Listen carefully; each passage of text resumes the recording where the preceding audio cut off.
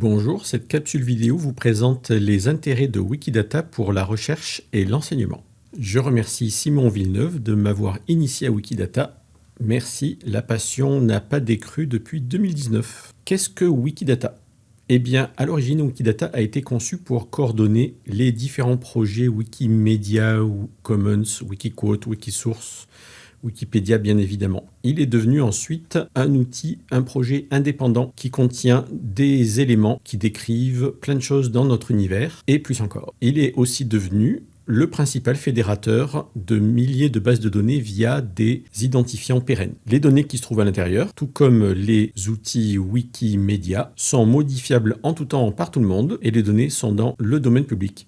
On connaît des structures sous la forme de listes, de tableaux, de tables de tables. Eh bien, Wikidata est sous la forme de graphes, c'est-à-dire que ce sont des données liées par un triplet sujet, prédicat, objet, comme ceci. Donc là, on aurait par exemple le Tour du monde en 80 jours, qui est de nature, œuvre littéraire. Chaque élément Q et chaque propriété P possède sa propre page avec un onglet discussion, un onglet historique, plus ou moins de propriétés indexées et d'informations. Voici une petite extension du graphe, mais qui pourrait être beaucoup plus colossale si on allait détailler tous les éléments. Voici des exemples de choses que l'on peut trouver dans Wikidata. Donc dans les éléments, ça peut être des idées ou des éléments existants ou fictifs. Il y en a plus de 100 millions. On a à peu près plus de 13 000 propriétés qui permettent d'indexer, de décrire ces éléments. Et on peut avoir aussi des valeurs. Donc des dates, des noms, des URL, etc. Quelques usages pour la recherche. Tout d'abord, on peut explorer des données avec Wikidata. Si l'on sait écrire une requête SparkQL, eh bien, on pourrait explorer plein de questions de recherche intéressantes. Évidemment, ça dépend de la complexité de la requête. Cela dépend aussi de la qualité de l'indexation des données dans Wikidata. Et enfin, ça va dépendre aussi du coût informatique de la requête. Si ça dépasse 1 minute, avec la plupart des outils accessibles, eh bien, cela échoue. Voici un exemple d'exploration que l'on pourrait avoir pour soutenir la publication scientifique. Un éditeur cherche des réviseurs. Il voudrait avoir tous les chercheurs cités, mais qui n'ont pas été co-auteurs des chercheurs de l'étude qu'il est en train d'évaluer. On pourrait faire des requêtes plus avancées ou tester des hypothèses.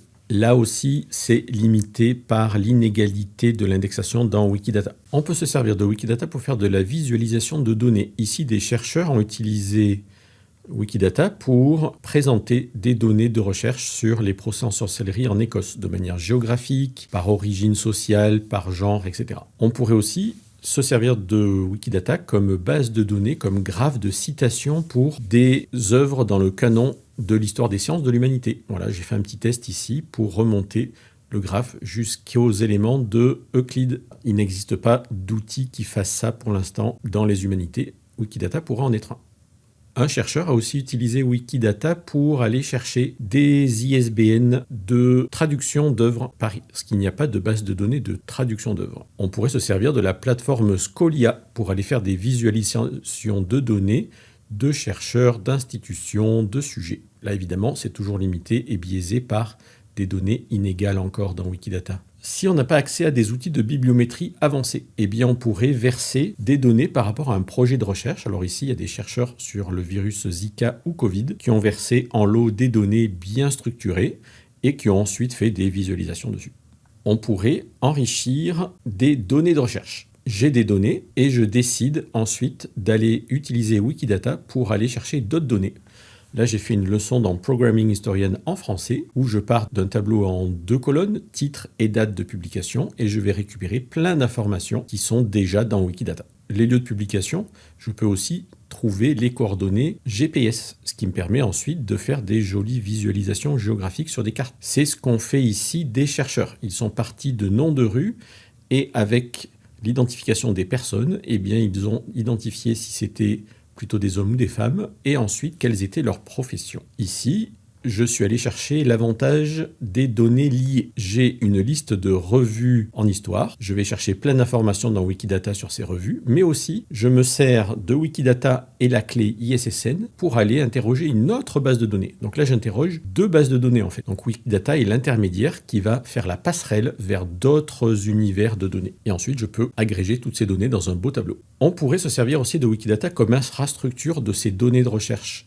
C'est ce qui a été fait ici dans Météo Canada. Miguel Tremblay a versé des données tabulées de température par station dans Wikimedia Commons, donc des centaines de tables de température. Mais ensuite, les métadonnées des stations ont été versées dans Wikidata. Les deux ont été liés ensemble. Cela permet de rendre les données de recherche plus accessibles, mieux réutilisables, et aussi ça permet de rajouter de l'agilité. Ainsi, on pourrait aller regarder quelle est la météo lors d'événements historiques ou correspondant à des données géographiques en dehors des données purement météorologiques. Je me suis servi ici de Wikidata comme infrastructure dans la mesure où chaque ligne de données a un identifiant qui est aussi un identifiant Wikidata.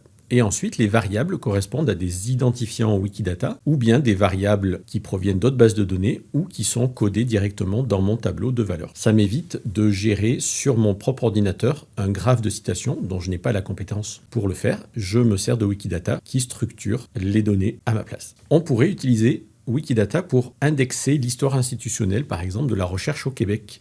On a fait ça dans le cadre des revues CIRCE. Mais on pourrait faire ça pour des organismes de recherche, leur historique, comment est-ce qu'ils sont liés les uns les autres, comment les renseigner avec des données de localisation, de sujets, de domaines et évidemment tous leurs membres et participants. On pourrait aussi bonifier des données de recherche que l'on diffuse en rajoutant des colonnes d'éléments Wikidata. Par exemple, ici dans le projet Anthologie grecque, eh bien, toutes les entités nommées et les sujets ont un lien vers Wikidata, ce qui permet de rendre les données mieux réutilisables. On pourrait aussi bonifier nos catalogues institutionnels. Par exemple, dans OCLC, nous avons la zone 24 qui est encore inexploitée, mais où l'on peut rentrer l'identifiant Wikidata de l'élément. Primo a commencé à faire des visualisations à partir de données dans leur catalogue, ici, le sujet et l'auteur. Dans OpenAlex, nous avons des données alignées pour les organismes de financement, les maisons d'édition et les continents. Jusqu'à récemment, ils avaient fait ça aussi pour les sujets, mais on dirait que c'est un projet discontinué. Dans le catalogue des revues Mirabel, parfois nous avons l'identifiant Wikidata de la revue. Pareil pour certains éléments des archives nationales françaises dans la base Léonore. Quelques usages maintenant pour l'enseignement. Wikidata permet de bien comprendre en quoi les métadonnées sont des passerelles entre les données.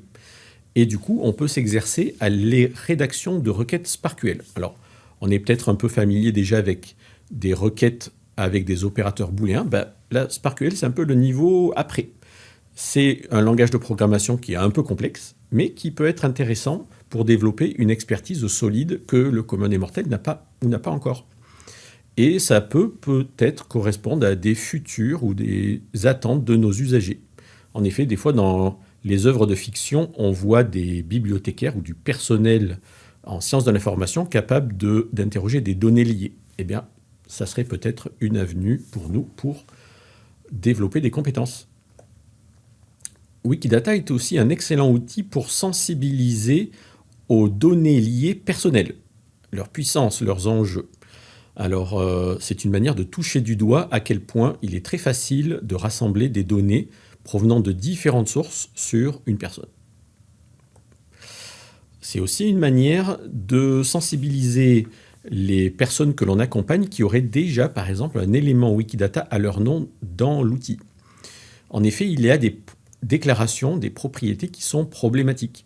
Alors, ça peut être le moment pour ces personnes de se créer un compte Wikimedia et de mettre en suivi ces pages-là sur eux-mêmes pour voir s'il n'y a pas des risques de diffamation ou de vie privée. En cas de problème, on peut avoir l'oversight à qui l'on écrit et qui va masquer les propriétés qui posent problème. Wikidata nous permet aussi de jouer avec l'ontologie des idées, des objets. Donc on peut travailler la structure de l'information. Ça peut être un excellent bac à sable en temps réel pour aller travailler des données. Voici par exemple un projet de taxonomie qui a été fait ainsi qu'un autre de génétique. Comment éditer Wikidata ? Il faudrait un compte Wikimedia, le même que vous auriez par exemple avec Wikipédia. Et on pourrait y aller tout d'abord à la main, une information à la fois. On trouve la bonne propriété, la bonne valeur, et ensuite on améliore les données. Ou on peut le faire ensuite par lot avec des logiciels. Comment est-ce qu'on récupère les données ? Là aussi, on peut le faire manuellement avec des requêtes ou page par page, mais on pourrait aussi lancer des programmes pilotés par différents types de langages pour récupérer en lot des informations tabulées ou sous la forme JSON par exemple. Quelques enjeux. Il est intéressant de noter que Wikidata a des critères de notoriété beaucoup plus bas que Wikipédia. Donc ça permet de renseigner beaucoup de choses qui ne sont pas mûres encore pour avoir leur propre page Wikipédia. Cependant, il y a une limite. Il ne faudrait pas verser en lot des données massives, donc on va dire plus de 10 000 données, qui seraient de pauvre qualité ou sans lien avec un projet. Malheureusement, c'est ce qu'ont fait des contributeurs il y a quelques années. Ils ont versé des millions d'articles scientifiques de manière très médiocre. Les données étaient de très mauvaise qualité. Et ça a considérablement alourdi le graphe de Wikidata, qui a été obligé de le diviser en deux. Alors, c'est ça. Donc, il y a quand même une limite, malheureusement, informatique au commun numérique. Si vous voulez avoir une petite moulinette pour verser des données à partir de Zotero vers Wikidata, eh bien, vous avez le lien ici. Quelques limites de l'utilisation de Wikidata qu'on a déjà mentionnées. La capacité à coder une requête SparkQL, le fait que le graphe soit divisé en deux. Alors, une manière de contrebalancer ça, ça serait d'aller interroger par exemple QLever ou bien d'installer ça en propre Wikidata sur son ordinateur, ce qui demande des compétences. On pourrait aussi demander la création de propriétés qui n'existent pas encore et qui pourraient être pertinentes pour vous, pour nous. Et enfin, on pourrait améliorer la qualité et la quantité des données de Wikidata. Notons qu'il existe encore beaucoup de données que je dirais canoniques, c'est-à-dire qui devraient être essentielles dans l'histoire de l'humanité et qui ne sont pas dans Wikidata. Alors, n'hésitez pas à aller les rajouter. J'ai fait ici une petite hiérarchie personnelle de valeurs sur les données de Wikidata. Alors, j'ai mis valeur bronze. Là, ce sont des données textuelles, donc des valeurs de date, de nom sous la forme de chaînes de caractères, etc. Argent. Donc là, ce sont des données qui sont des éléments liés dans Wikidata, donc qui correspondent à d'autres éléments qui peuvent être plus ou moins riches, donc des auteurs, des lieux, des langues, etc. Mais le top du top, c'est les données or ici. Alors ça, c'est quand ce sont des données certes liées, mais avec des données sémantiques riches, comme sujet principal, inspiré par, etc. Il y en a plein qui permettent d'améliorer les données avec un ajout intellectuel très intéressant. J'ai mis aussi dans la catégorie OR tous les identifiants externes qui permettent de connecter les données de Wikipédia vers d'autres sources de données. Malheureusement, on peut voir qu'il y a beaucoup de données de type bronze encore dans Wikidata et un peu moins de données argent ou or. Alors, il y a du travail à faire. On peut télécharger l'intégralité de Wikidata une fois par semaine à peu près. Et le logiciel et l'algorithme qui sert à faire tourner le tout, Wikibase, est connu et accessible aussi. Donc c'est reproductible. Est-ce que Wikidata est robuste? Alors il semblerait que Wikidata soit moins attaqué que Wikipédia et que les vandalismes soient plus rapides à être corrigés. Il y a des patrouilles. Certains utilisent Wikidata maintenant pour faire de l'optimisation de recherche dans des moteurs de recherche pour des besoins promotionnels corporatifs. Voilà. Donc ça, c'est un petit problème. Aussi, vous pourriez faire des auto-patrouilles sur vos petits éléments favoris. Donc là, vous les mettez en suivi et ensuite vous regardez qui va les modifier derrière vous. Et on pourrait aussi déplorer la fatigue des serveurs Wikipédia, mais aussi Wikidata, par des web scrappers qui viennent capturer le contenu de Wikidata de manière non éthique et chaotique. Est-ce qu'il y a des erreurs dans Wikidata? Oui, principalement, j'ai remarqué que c'était des erreurs de nature. C'est-à-dire que souvent, elles sont beaucoup trop génériques. Ça pourrait être, par exemple, un jeu de société qui est classé comme œuvre littéraire. Donc là, il faudrait aller le corriger pour mettre une nature plus spécifique. Il peut y avoir certes des erreurs, et il peut y avoir aussi de temps en temps des doublons. Robustesse sociale, eh bien on a vu que Wikidata est un peu sensible à l'importation en masse, donc il faudrait, si vous avez vraiment beaucoup de données à verser, vérifier l'acceptabilité par la communauté. Wikidata peut devenir très complexe si on veut en avoir une utilisation avancée. Est-ce que les prochaines générations seront aussi investies pour l'améliorer que les générations présentes? Et enfin, on pourrait se poser des questions sur la gouvernance de Wikimedia en général. Si cela vous dit de contribuer à Wikidata, eh bien on pourrait commencer par vos hobbies devant la télé. En effet, c'est relativement facile de rajouter des informations dans Wikidata. Contrairement par exemple à Wikipédia, on n'a pas besoin de réfléchir à comment rédiger l'information. Il suffit de trouver la bonne propriété et la bonne valeur pour la renseigner. Vous pourriez commencer à jouer avec par exemple l'ajout de sujets principaux pour vos chansons favorites. Et vous allez voir, ce n'est pas si simple. Bonne contribution!